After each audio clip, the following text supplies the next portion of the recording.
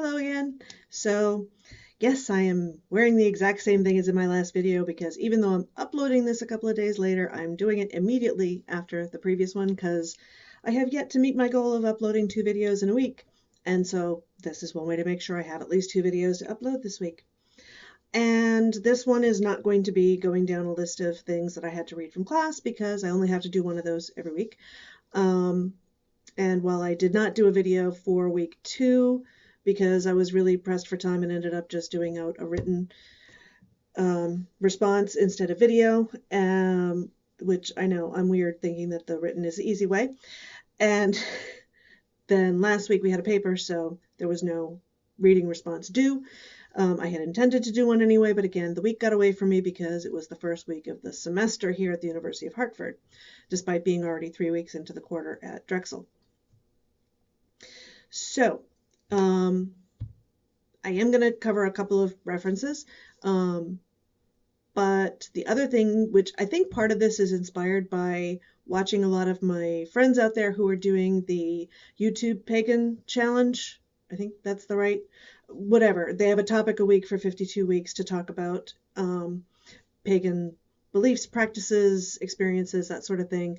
So that's sort of gotten me thinking about doing things that are more just general talky stuff, but if it's going to be going on my WordPress, that is supposed to be busy nurse research, so therefore it should have some sort of references because that's kind of the goal for that entire blog.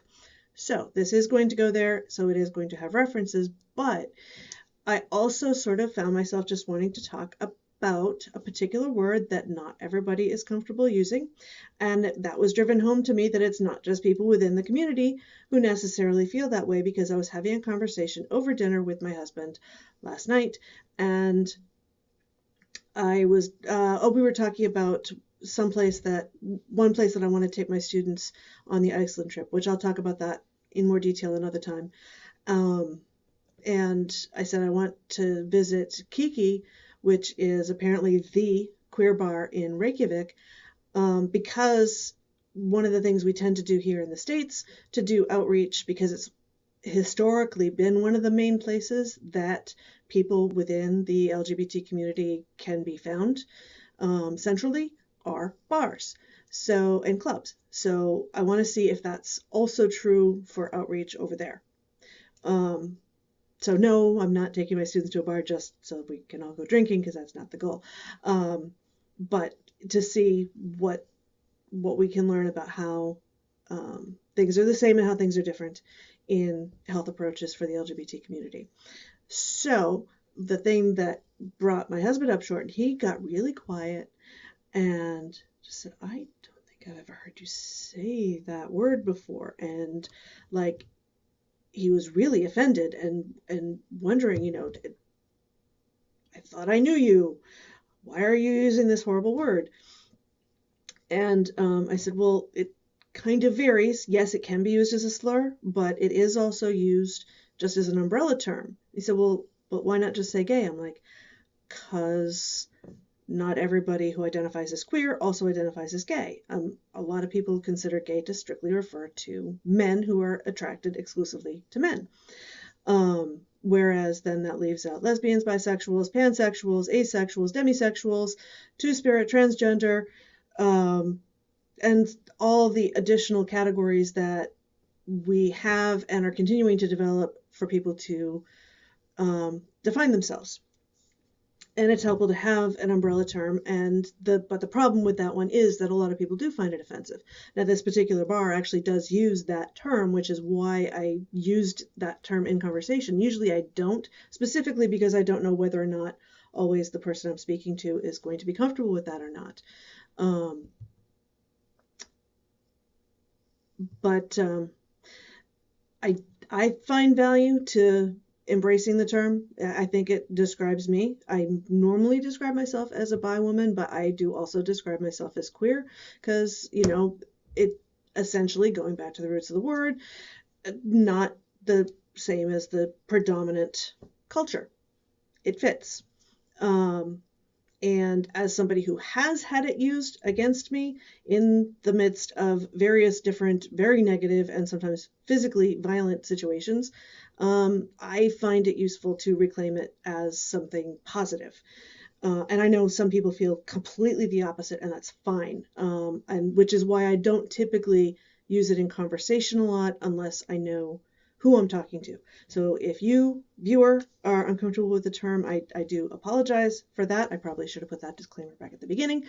But I'm also, therefore, what I'm choosing to focus on are a couple of books that use the term in a more positive or neutral fashion to as an umbrella term. One of the main areas in which it tends to be used is queer theory, because it is actually a theory.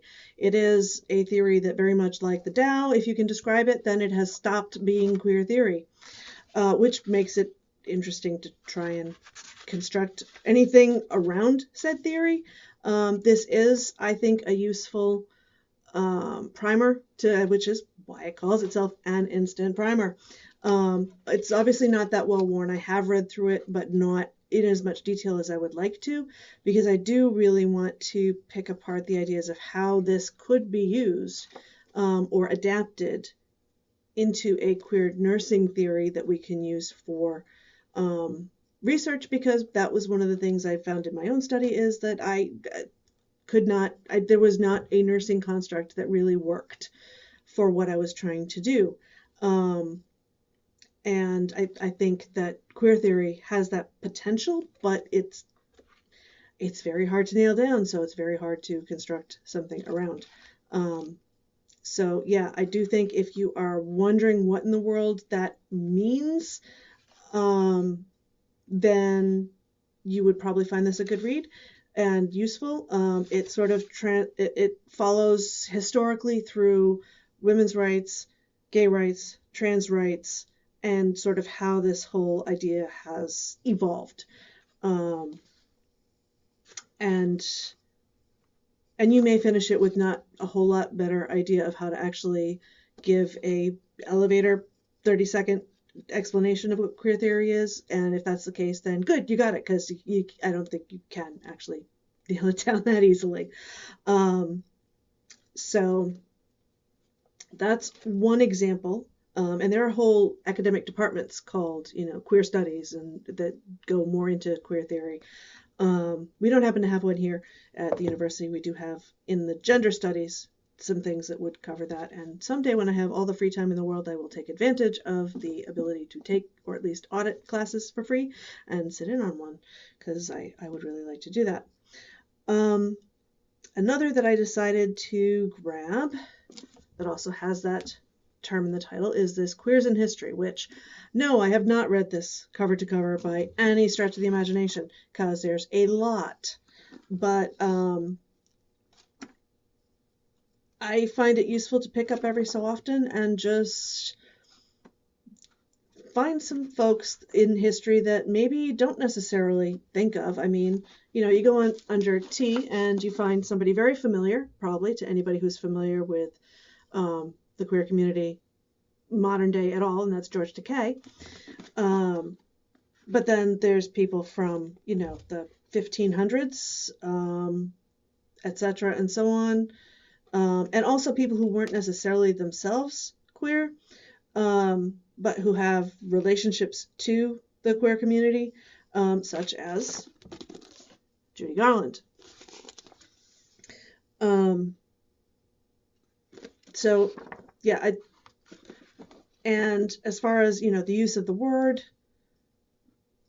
baldric, really, I'm going to have to read that one. So anyway, again, using it just in a positive or neutral sense as an umbrella term to describe, as they say, the comprehensive encyclopedia of historical gays, lesbians, bisexuals, and transgenders. That is not, that word doesn't work that way, but okay. Or I haven't seen that it makes sense to pluralize it like that, but okay.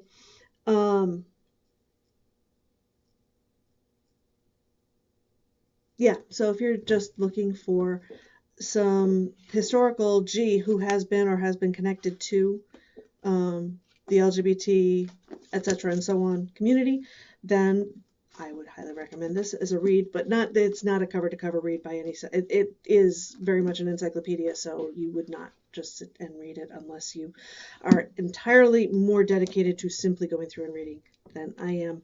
But I do find it very useful. And it has a foreword by Sir Ian McKellen. It's great. I like it. Two books that I have not yet read, and one of which I really need to get on, or else I need to submit a request for renewal very quickly. This one is due back on February 6th because I had to interlibrary loan it. I need to either see if it can be renewed, or I need to just carve out a couple of nights and just do nothing but read this book, because I've been wanting to read it for a while. It does seem to be something that a lot of the minority stress related theory falls back to, prior to when it was necessarily called that. It obviously was called that, it's in the title. But before it really became a thing. I'm not sure if this is the seminal work, but it seems like it is because of how much I'm seeing it cited in Meyer. And Meyer is the one that everybody that we're reading right now in the class that I'm taking seems to be citing back to for minority stress theory. So once I have read it, I'll probably do a review of that.